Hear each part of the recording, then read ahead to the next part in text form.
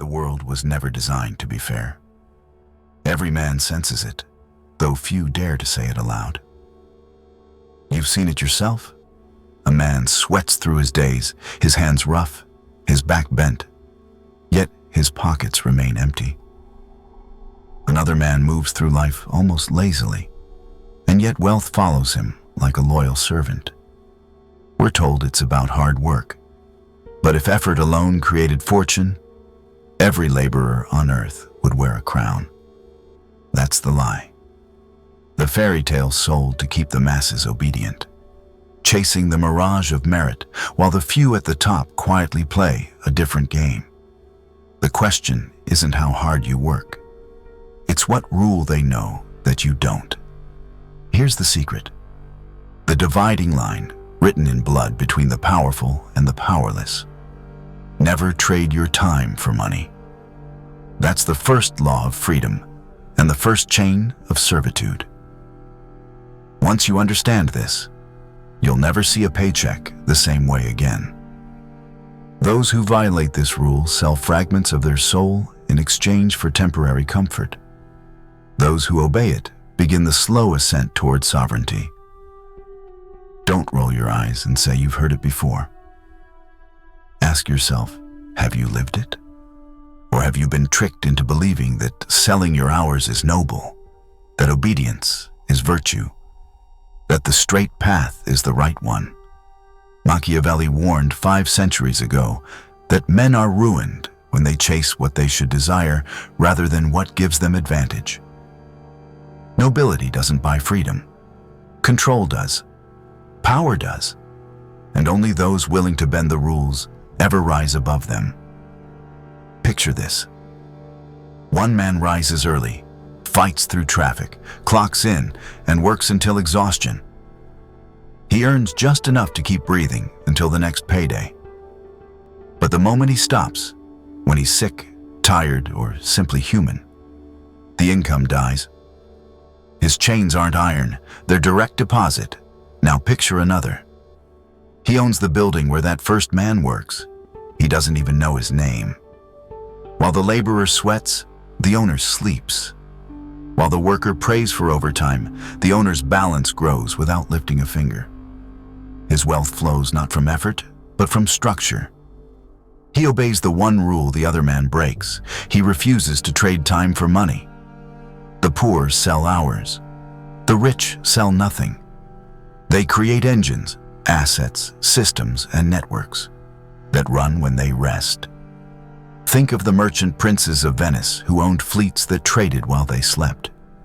The Medici of Florence, who lent gold to kings while never leaving their palaces. Rockefeller, who earned more in a nap than his workers did in a lifetime. None grew rich from toil. They became rich because their money, their ideas, and their people worked harder than they ever could. Yet the myth endures that if you just work harder, you'll climb. The truth is harsher. Effort without leverage leads only to exhaustion, not power. The elites laugh quietly when they hear men boast of hard work. They want you to stay proud of your struggle because it keeps you predictable. It keeps you harmless. Machiavelli would say, "The wise ruler never frees his subjects from necessity." Once, a young servant begged a duke for a position. "I'll work harder than anyone," he promised. The duke smiled. "Then you'll make me richer, not yourself.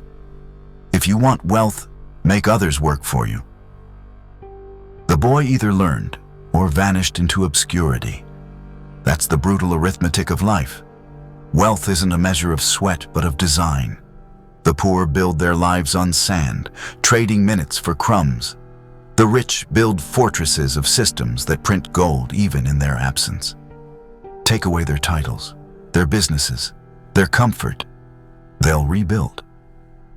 Because they understand the first law. And once you truly see it, you can't unsee it. That's why the rich pour their fortunes into real estate, stocks, companies, and intellectual property. Not because they're greedy, but because those things obey them. Their money serves them. Meanwhile, the poor serve money. Each sunrise, they sell another piece of their life for another temporary wage. They don't realize what it costs until the end, when time, their only true asset, is gone. So ask yourself, are you the worker or the owner? Do you sell your hours? Or do you build something that pays you while you live your life? Because the clock is already ticking. The empire of the poor is built on effort. The empire of the rich is built on control. And every hour you trade for a paycheck is an hour you can never buy back. But understanding this rule isn't enough. Knowledge without armor is useless. There are deeper principles, shields and swords that protect those who wield this law. In the next part, we'll uncover them, the hidden mechanisms that turn this single rule into a system of wealth, power, and autonomy. If the first rule frees you from servitude, the second defines your sovereignty. Ownership is power. Everywhere you look, ownership draws the invisible boundaries between those who command and those who obey. The landlord owns the walls you live in. The bank owns your home before you ever do. The corporation owns your time before your morning coffee. Even the government takes its share of your wage before it reaches your hand. Ownership is the quiet empire beneath every throne. It determines who rests and who labors, who eats and who is eaten. Why does one man age in debt while another sleeps in peace? Because one rents his existence and the other owns his. Ownership transforms income into leverage, leverage into freedom, and freedom into permanence. The poor sell their labor. The rich acquire the means of production, whether it's a piece of land, a patent, or a percentage of a business. And this is not modern wisdom. Machiavelli wrote that a ruler who possesses fortresses controls both his fate and his enemies. He was not merely describing castles. He was describing control of territory, of assets, of income streams. Imagine two bakers in a small town. The first wakes before dawn, kneads dough, sweats in his oven, and sells his bread until nightfall. He owns his sweat, but nothing else. The second baker never touches flour. Instead, he buys the building, rents space to 10 others, and collects from their labor. Who is freer? Who can vanish for months and return richer than before? Ownership crowns the second man. The first, despite his pride, remains a servant wrapped in self-employment. Yet most people avoid ownership like a plague. They say it's risky, that it's complicated, that it's not safe. But that's the language of slaves rationalizing their chains. The truth is reversed. Ownership is not risk. It's insurance. To rent, to serve, to depend is the real danger. The wealthy understand this instinctively. Their goal is to own every source of income that touches their life. Even when they use debt, they wield it like a weapon, turning liabilities into fortresses. The poor see ownership as burden. The rich see it as security.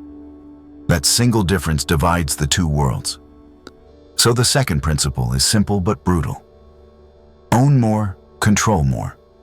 Own your ideas, your income, your time, your environment. Own the systems that others depend on. Because if you don't, someone else will own you. Now comes the third principle, more dangerous still. Perception creates reality. Wealth, after all, is not only material, it's psychological. The rich understand that people don't buy truth. They buy illusion. They don't purchase a product, they purchase what that product makes them feel. The powerful exploit this with merciless precision. Consider the luxury brand that sells a shirt for 500 euro while another sells the same fabric for $20. The difference isn't cotton, it's theater. The label, the lighting, the illusion of superiority. People pay not for quality, but for what owning that object says about them. They buy stories, not stitching. The Medici knew this centuries ago. They built cathedrals not merely for worship, but to project divine legitimacy over Florence. The marble was marketing. The perception became the truth. Modern billionaires play the same symphony. Elon Musk tweets and the world moves billions in seconds. Not because of logic, but perception. Apple sells innovation while repackaging the familiar. Politicians craft narratives so convincing that crowds forget reality entirely. In Machiavelli's words, men judge more by the eye than by the hand, for all can see but few can touch. The appearance of power often is power. This is why the elite spend fortunes curating image, reputation, and mystique. They know perception is capital. The poor cling to the belief that merit speaks for itself, that skill will someday be recognized. But skill without narrative is invisible. Perception, once controlled, bends the world around you. It dictates pricing, influence, and even destiny. The Machiavellian man doesn't leave reputation to chance. He crafts it like a weapon. He shapes how others see him until that perception hardens into reality. If people believe you are competent, they'll treat you as such. If they believe you're valuable, they'll pay you accordingly. If they believe you are untouchable, they'll hesitate to challenge you, and that hesitation becomes your armor. So remember, ownership gives you leverage over the external world. Perception gives you leverage over the minds within it. The rich master both, building structures of control in the physical realm and illusions of power in the psychological. Together, they form the foundation of modern empires, of wealth, authority, and influence. But this foundation isn't enough to withstand time. Power gained must be defended. The next stage separates the rich from the truly sovereign, the ones who think not in months but in decades. There are three weapons they use to endure when all others fall: patience, leverage, and substitution. These are the tools of the hunter, the builder, and the survivor. Power without endurance is illusion, and endurance, in the eyes of the elite, begins with a weapon few ever master: patience. Machiavelli wrote that fortune is like a river. It floods and destroys those who build without foresight. But those who prepare with dikes and dams master its current. In modern terms, patience is your dam against chaos.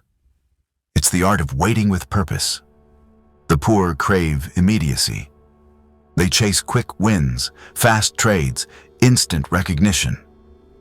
Their hunger makes them predictable, exploitable, and perpetually broke.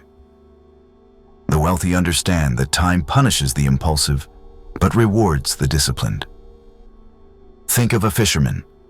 One throws his net wildly, exhausting himself for scraps. The other casts once, waits in silence, and returns with his boat heavy. Same ocean, different psychology. In markets, the pattern repeats. When stocks fall, the poor panic and sell. The rich accumulate quietly and wait for the inevitable rebound. They understand that patience is not inaction. It's strategic stillness. The fox watches from the shadows until the moment the lion strikes. That's the dual nature of the Machiavellian mind: the cunning to wait and the ferocity to act. In power, timing is everything. Strike too soon and you fail. Wait too long and you're forgotten. Strike precisely and you reign. Impatience, then, is poverty. Every hurried decision sells your future for present relief. It's why banks profit from borrowers and companies profit from consumers who can't wait. The rich become predators, not because they are cruel, but because they know others will always trade tomorrow for today. So the fourth principle is this: treat patience as a weapon. Wait when others rush, plan when others react, and let time become your silent accomplice. But patience without amplification is slow death. When the moment finally arrives, you must have the force to strike decisively. That brings us to the fifth law. Leverage multiplies everything. Leverage means using something small to move something enormous. The poor use only their own hands. The rich build machines that multiply their power. Financial leverage is the art of using capital, yours or borrowed, to generate outsized returns. Human leverage is the ability to mobilize talent. 10 people building your vision while you direct from above. Technological leverage is the modern alchemy. Code, automation, media, turning one mind into 1,000 workers that never sleep. This is why a single entrepreneur can reshape entire industries while millions toil in anonymity. The rich never measure effort. They measure impact per unit of input. A farmer who carries buckets can water one field. The farmer who builds a canal can feed a nation. Same labor at the start, multiplied forever after. That's the mathematics of wealth. Leverage is why the Rothschilds financed empires, why Carnegie's steel outbuilt nations, why Jeff Bezos could serve billions while speaking to no one. The poor value efficiency. The rich value multiplication. Every hour they invest, every dollar they deploy, every system they design must replicate itself without limit. And yet, even multiplication isn't enough. Because life changes, markets collapse, and fortune shifts. That's why the sixth principle exists, the secret backbone of the rich. Substitution is survival. The poor depend on one stream of income, one employer, one fragile ladder. When it breaks, they fall. The rich build webs, not ladders. Multiple assets, income streams, industries, and alliances. If one burns, another feeds the flame. In 2008, when markets imploded, millions lost homes and hope. But those who owned real estate, equities, or influence didn't just survive. They thrived. They shifted assets, bought at discounts, and emerged stronger. They had substitutes, alternatives that absorbed the shock. Substitution is more than economics. It's psychological freedom. When you know you can walk away, you negotiate from strength. The man with one job begs, the man with 10 options dictates. Machiavelli called this contingency of power. The ruler who builds multiple paths of retreat never fears defeat. The same applies to you. Never rely on one income, one person, or one plan. Build a network so resilient that when one link fails, the chain still holds. So here's the synthesis. Patience gives you timing. Leverage gives you force. Substitution gives you survival. Together, they create a structure no storm can destroy. The impatient bleed themselves dry, the leverage dominate, and the adaptable endure. These are not morals. They are mechanics. The universe rewards structure, not sentiment. But what if you could go further? What if, instead of surviving the game, you could control it? What if you could design the board, set the odds, and make others play by your rules? That's where the final Machiavellian principles reveal themselves.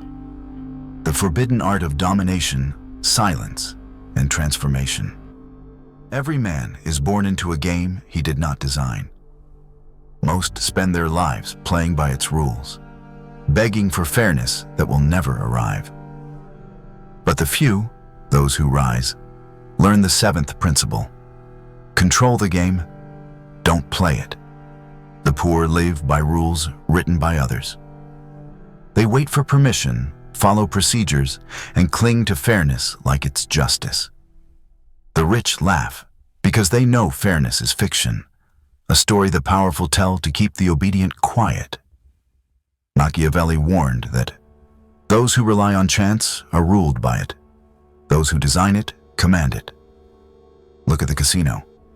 Hopeful gamblers enter thinking they can win, They pull levers, toss dice, spin wheels.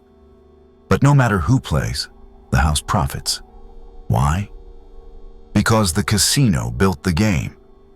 It wrote the odds, set the limits, and collects every loss disguised as entertainment. That's the model of the elite. They own the system everyone else competes in.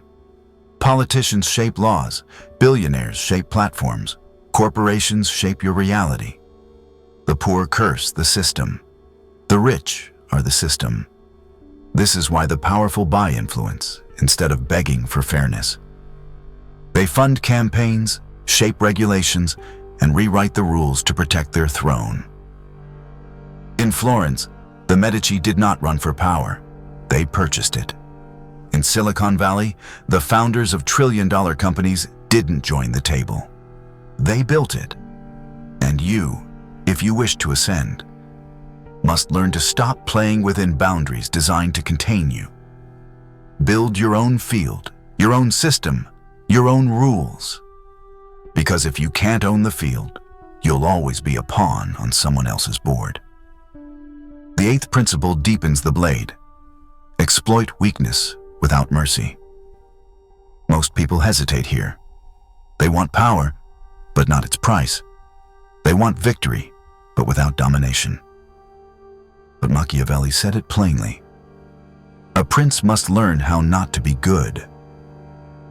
Every empire in history was built on identifying weakness, of markets, of rivals, of human desire, and turning it into leverage. This doesn't mean cruelty for its own sake. It means precision. Find inefficiency and profit from it. Find a need and fill it at scale.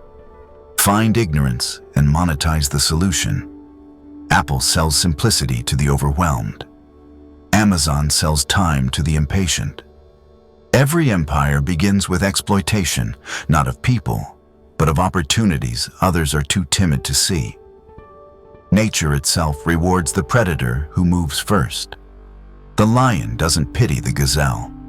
It acts, and that decisiveness sustains the entire ecosystem. But even the strongest predator falls if it roars too loudly. Which brings us to the ninth principle. Silence is power. The world bleeds truth through speech. Most people talk themselves into weakness. They explain, justify, reveal. The wise man learns restraint. Silence breeds mystery, and mystery breeds fear. In negotiations, the loud man loses leverage. He fills the air with words, exposing his desires and limits.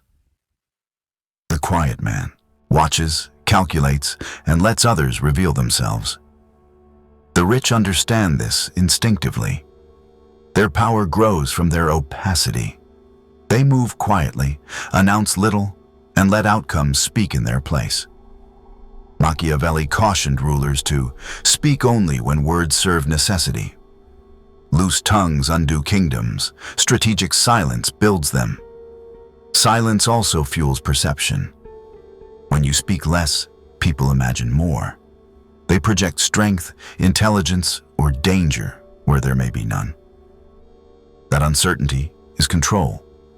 The less you explain, the more others explain you. And that's when influence begins. Finally, we arrive at the 10th and most transformative law. Think in transformation, not transactions. The poor trade 1 hour for $1, one deal for one reward. The rich trade identity. They sell evolution. A personal trainer who charges by the hour will always struggle. But the one who sells a transformation program, a rebirth of the body and the mind, can charge 1,000 times more. Because he's not selling time, he's selling metamorphosis. It's the same reason Apple doesn't sell phones, they sell status. Ferrari doesn't sell vehicles, they sell significance. Politicians don't sell policies, they sell redemption. Transformation is priceless, and the ability to deliver it turns men into institutions. The wise build empires around this principle. They don't ask, "What can I sell?" They ask, "What identity can I create?" Every product, every brand, every empire that endures reshapes the identity of its followers. People don't pay for features. They pay to become someone new. And whoever grants that transformation becomes irreplaceable. Now you see the full architecture. The poor trade time, the rich multiply it. The poor obey, the rich own. The poor chase truth. The rich sculpt perception. The poor rush, the rich wait. The poor work alone. The rich build systems. The poor depend on one path. The rich create substitutes. The poor play. The rich design the game. The poor talk. The rich stay silent. The poor sell hours. The rich sell transformation. Wealth, then, is not luck. It's architecture. It's built from laws that repeat across centuries, from Florence to Wall Street, from palaces to startups. Once you internalize these principles, you stop seeing the world as random. You see the strings, the designs beneath every transaction, every market, every illusion. And now, you have a choice. You can return to the comfort of obedience, clock in, and sell another hour. Or you can begin building your fortress, brick by brick, law by law, until you no longer play by their rules. If you've made it here, you're already different. Most will hear these words and retreat to the safety of excuses. But the few, those willing to act, to think, to wait, to build, will rise. Because the rules are written. And now you know them. The question is no longer if you'll play the game, but whether you'll control it.